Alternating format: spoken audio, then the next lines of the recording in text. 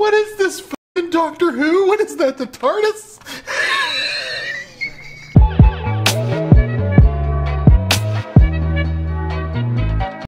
How's it going?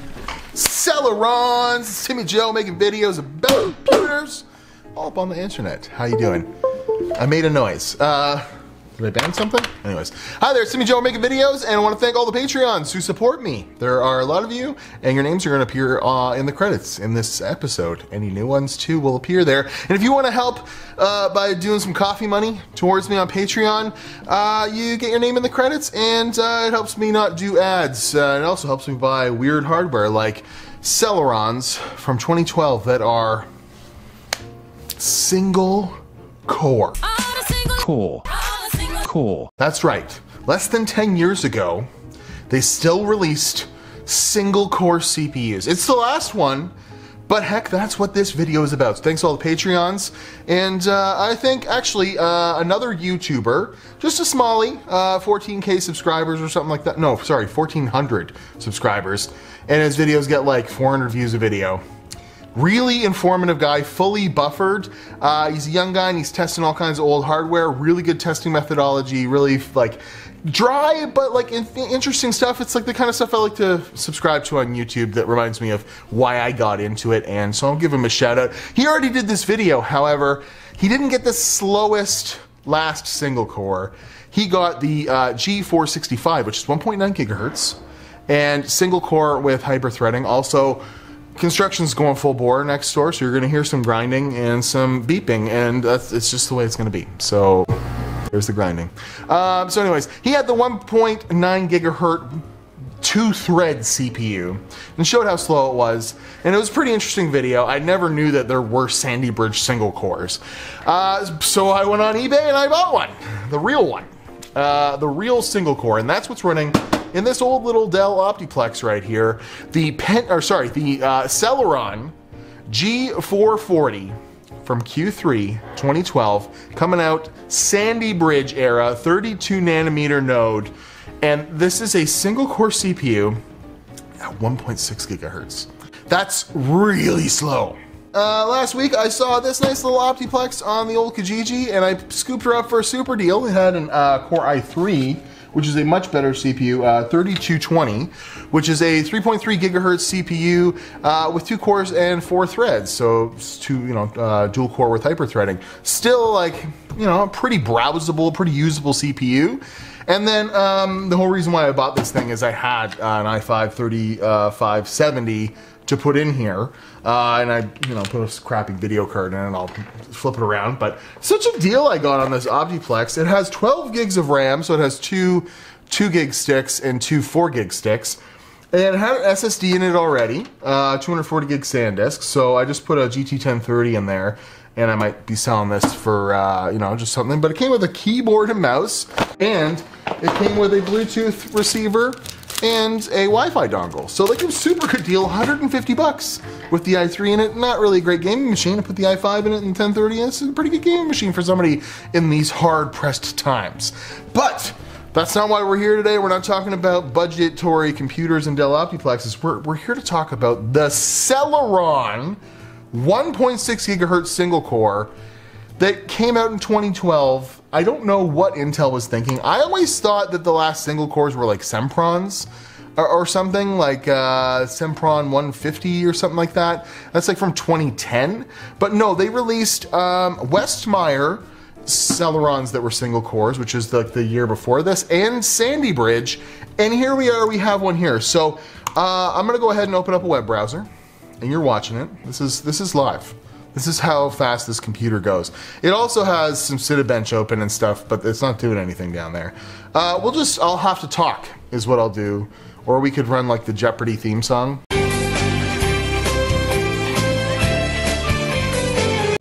Oh, there we go. Yeah, that's pretty damn slow. So, what do we want to Google something? We'll Google the RT, or no, we'll 6700 XT, enter. Results pop up pretty quick, but no they don't. It seems like they do, but then the computer stalls and it gets stuck like this. The computer is so dang slow. We'll try and get to the MSI Radeon RX.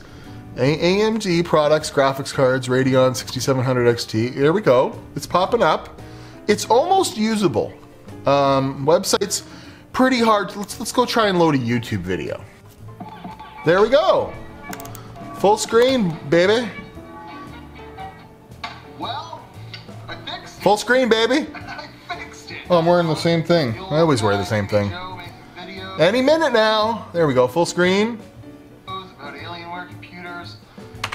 That looks great. It's obviously HD. Okay, so stop it. There we go. So we're back to the desktop. So a couple of facts about the single-core CPU. We're experiencing some pretty terrible web browsing. We will try a little bit of gaming, but for some context, okay, it with the Core i5 right here, this guy here, I think, yeah, inserted in the system, and this SSD in 12 gigs of RAM, the system booted and went to Google and then searched something, and I went to images, and then I opened the second result, and that was pizza. I just wrote pizza in there. But from me pressing the button and me getting my web page result with my picture of a pizza, 33 seconds.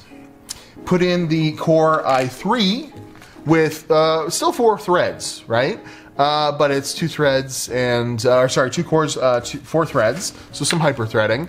And the it only goes up by about 8 seconds, 41 seconds. So it's still like marginally, you know, it's slower, but it's, you know, it's completely usable. You know, in an office environment, just doing regular stuff. The Core i3 might hiccup a little bit here, more in there, but it's a fine CPU. Guess how long it took the single core with 1.6 gigahertz to start up, launch Windows. There is Steam and Epic running in the background. For those to load enough that they're not taking CPU resources, and then for me to open up a Chrome browser and then allow Google to load and then type in something and then get an image result and open it, it took 3 minutes, over 3 minutes, for me to get a picture of tacos. So 33 seconds, 41 seconds, 3 minutes. And at that point, the computer was just barely usable. So this thing is slow, man. As far as the longevity and the usability, it's not usable, okay? It is not. You cannot use a CPU to do normal tasks these days. It does not browse the web well. How slow is it, though? That's its full Cinebench R15 result. 40 points. I have some mini PC, like I have a mini PC and I use it strictly to display on a monitor my security cameras at my house. It's a little Zotac mini PC about this big, and it has a Celeron mobile CPU in it, and it gets 99, and I'm pretty sure that that computer is from like 2013 or 2014 too. So mobile Celerons were getting more than double the score of this with like 2 cores, 4 threads, you know, just a year or 2 later. 40! It got 40! It's the slowest modern CPU there ever could be. So we'll load a game it probably can run. Counter-Strike Global Offensive, CSGO. Let's go ahead and load it up. You know, both of these CPUs will run Counter-Strike Global Offensive with this 1030. Absolutely no problem, okay? This CPU I have not tested yet, so I guess we're gonna get into it. One eternity later. Oh wait, that's me. 9 frames a second, dude. This is great. I got, get up, turn around.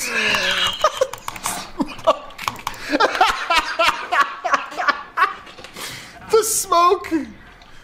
Here, I'll jump backwards through the smoke. Once this loads a little bit for a second, I think I can get a kill. Can I get a kill? I'm gonna kill a guy if I have to. Just spray and pray. Nope, not gonna kill a guy. Let's go. Kill, kill, kill, kill. Oh my god, I made it through. Ah, shoot him! I could never, there's no way. Officially, I cannot get a kill in, if it would be a total fluke, The game is so slow I can barely even press escape to exit out of the damn game. Not only is it 12 frames a second, the frame time is like 0.1 frame every 10 seconds. It's ridiculous. So that's where we leave off. I can't even get a kill in Counter-Strike. And I was going to try and load GTA and Fortnite. I'll try. 9 eternity later. Oh my god, oh my god, oh my god, oh my god, it loaded. It loaded. Oh, yep. That took 20 minutes from the second part. From, you know how GTA, when you load it now, it lets you, like, it loads a little thing. That took about 5 minutes to get there. Then from there, it took 20 minutes. We are running Grand Theft Auto 5 on a Sandy Bridge single core at 1.6 gigahertz.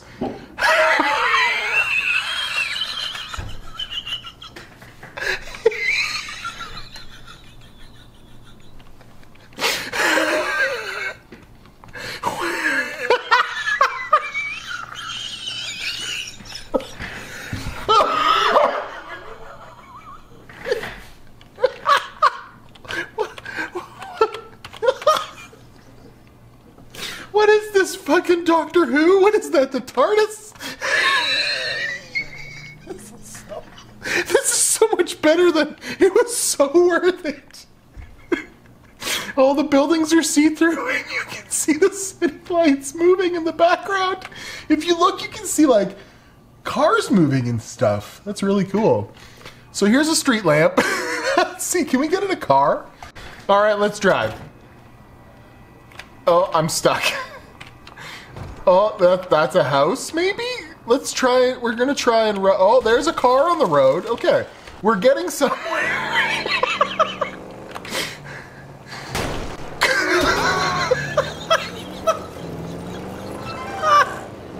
Oh God!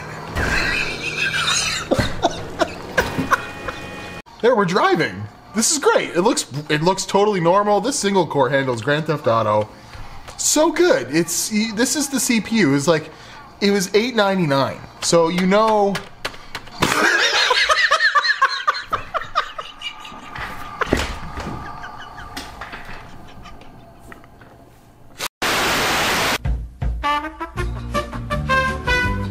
All right, it's back on. So that was hilarious. I never thought Grand Theft Auto could be funner. That was really funny. That was, it hurts right here. I was laughing so hard.